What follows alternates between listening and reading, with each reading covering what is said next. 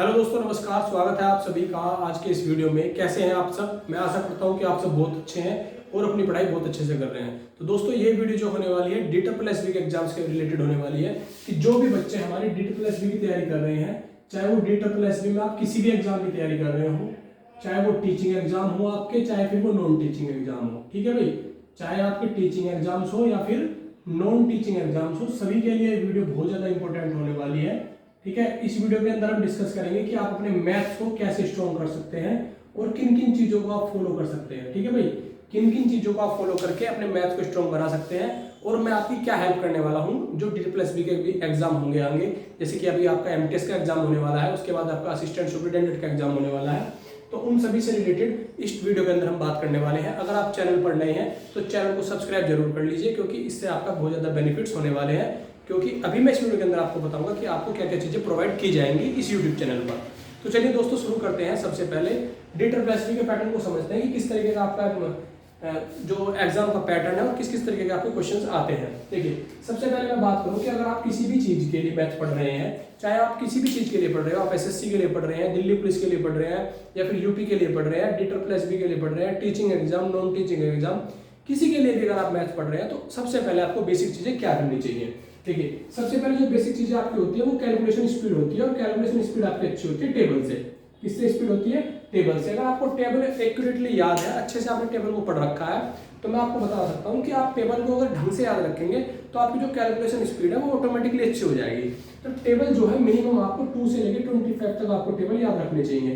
ठीक है, इनका जो बेनिफिट्स है आपको ऐसे तो पता नहीं चलेगा कि क्या आपको बेनिफिट मिलने वाला है, लेकिन जब आप पढ़ाई करेंगे, जब आप कैलकुलेशन करेंगे, तो वहां पे आपको फर्क समझ में आएगा कि मेरा टेबल याद करने से कितना फायदा हुआ है। नेक्स्ट बात कर लेते हैं स्क्वायर के बारे में। देखिए, स्क्वायर जो है बहुत इंपॉर्टेंट है, आपको जो है रीजनिंग में भी हेल्प करते हैं, मैथ्स में भी हेल्प करते हैं। अगर आपको इन लगभग 25 के आसपास तक अगर आप स्क्वायर याद कर लेंगे 2 से लेकर के अगर 25 तक आप स्क्वायर भी याद कर लेंगे, तो इनसे भी आपको बहुत ज्यादा हेल्प हो जाएगी।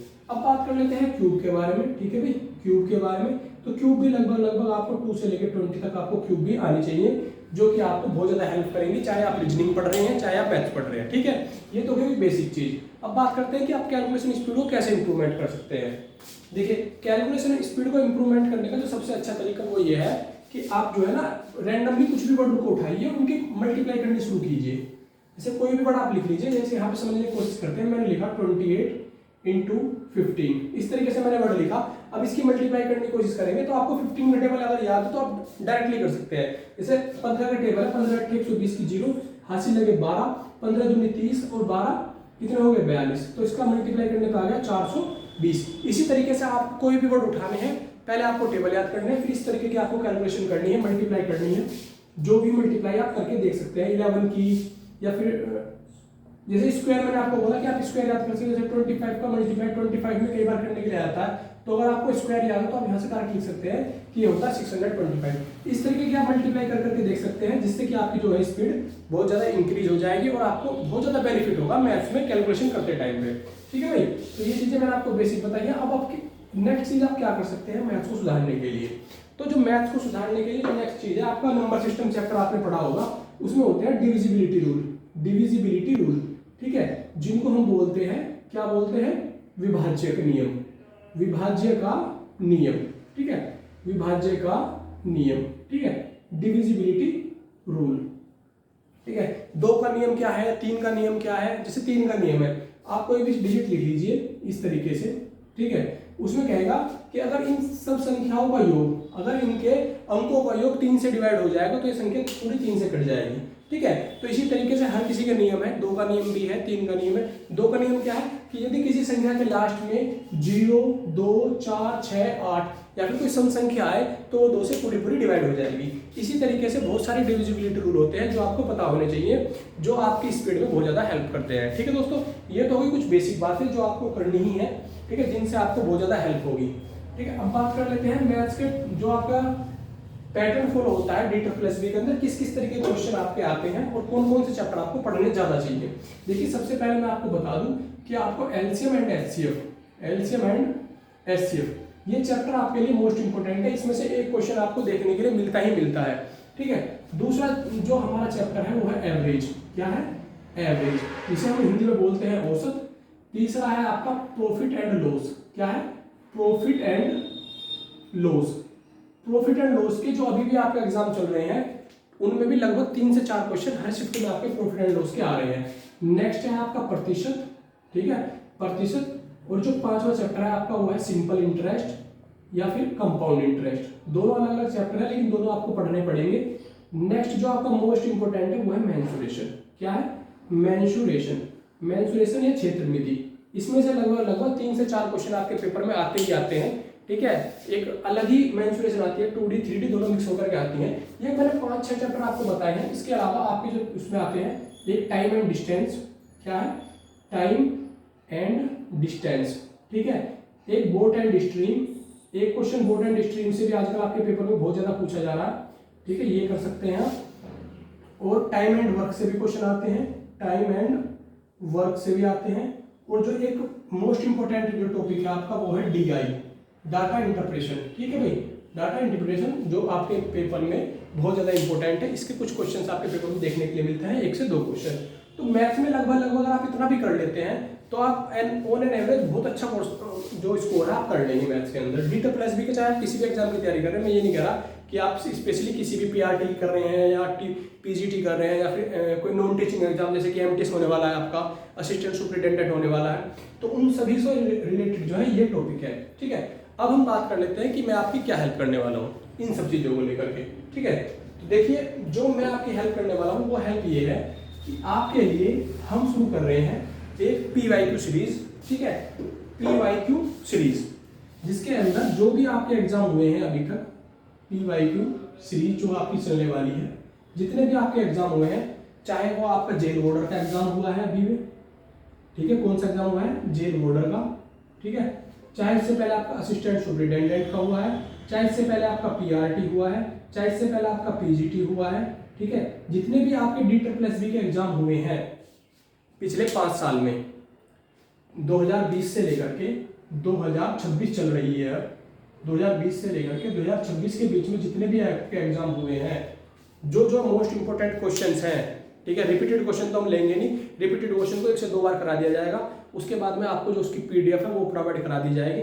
उसके लिए बता दिया जाएगा कि कहाँ पे आपको जो हमारी PDFs हैं सब कुछ कहाँ पे जो भी चीज़ें मिलेंगी। एक कंप्लीटली वीडियो आएगा, उसके अंदर कंप्लीट डिस्कशन करा जाएगा किस दिन से आपकी क्लास शुरू हो रही है और क्या क्या चीज़ें आपको कराई जाएंगी। तो सबसे पहले मैंने आपको बता दिया कि हम कराने वाले हैं आपको PYQ सीरीज 2020 से 2026 के इसके अंदर क्वेश्चन होंगे। Jail warder, assistant superintendent, PRT, PGT, TGT या फिर MTS का जो अभी फिलहाल में एग्जाम हुआ है जिसकी आंसर की आ चुकी है, ठीक है, उसके क्वेश्चन, या फिर उससे पहले अभी पियोन का एग्जाम हुआ था, या फिर और भी कोई एग्जाम जो DSSB के हुए हैं, उन सभी के जो है आपको क्वेश्चंस प्रोवाइड करा दिए जाएंगे। क्लासेस किस तरीके से होंगी? क्लासेस देखिए अभी फिलहाल इसी बोर्ड पर होंगी। आपको यहाँ पे क्वेश्चन मिलेंगे, 5 से 10 क्वेश्चन हम एक बोर्ड पर उतारेंगे, दूसरे बोर्ड पर हम उनका सॉल्यूशन करेंगे, ठीक है। इसी तरीके से रिकॉर्डेड वीडियो मिलेंगी आपको, थोड़ी मेहनत ज़्यादा लगेगी लेकिन मैं कोशिश ये करूँगा कि आपको बेस्ट से बेस्ट कंटेंट दे सकूँ जिससे आपका बेनिफिट हो, ठीक है।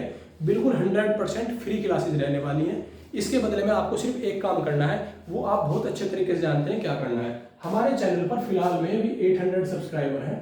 कितने सब्सक्राइबर हैं? 800 सब्सक्राइबर हैं, ठीक है। तो मैं आप सभी से यही रिक्वेस्ट करता हूँ कि जिस दिन हम ये वीडियो शुरू करें, कौन सी वीडियो? PYQ सीरीज वाली।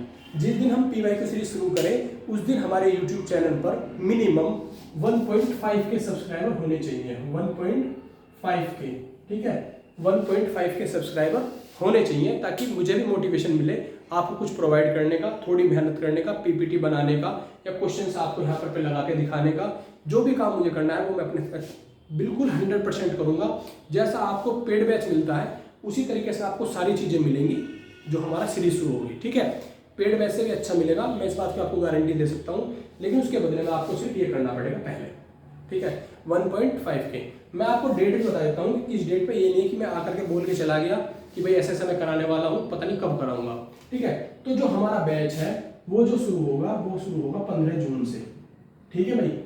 15 जून आप डेट फिक्स कर लीजिए अपने माइंड में कि 15 जून से हमारी तैयारी शुरू होने वाली है। जो आपका MTS का एग्जाम आने वाला है उसके लिए, असिस्टेंट सुपरिटेंडेंट का ना उसके लिए, या फिर आपके कोई भी टीचिंग एग्जाम आने वाले हैं, जैसे कि अभी नोटिफिकेशन आ चुका है, बहुत सारी वैकेंसी आई हैं, उनमें अगर आपका मैथ्स आ रहा है जनरल पेपर में, तो उसके लिए 15 जून से आपका कंप्लीट कोर्स शुरू हो रहा है, जो कि आपको बहुत ही ज़्यादा बेनिफिट देगा आपके एग्जाम में। ठीक है, तो आई होप, मैं आपसे यही आशा करता हूँ कि आपको मेरे द्वारा बताई गई चीज़ें समझ में आई होंगी। हाँ, हो सकता है कि आपको जो मेरे ऑडियो क्वालिटी है या फिर वीडियो क्वालिटी है वो आपको बहुत ज़्यादा कमज़ोर महसूस हो रही हो, क्योंकि आजकल जो है डिजिटल बोर्ड का ज़माना है, हर कोई डिजिटल बोर्ड पे पढ़ा रहा है। लेकिन अगर आपको अच्छा कंटेंट चाहिए और अगर आप हेल्प करेंगे तो चीज़ें इंप्रूवमेंट होंगी और अच्छी अच्छी चीज़ें भी आ जाएंगी, डिजिटल बोर्ड वगैरह सब आ जाएगा।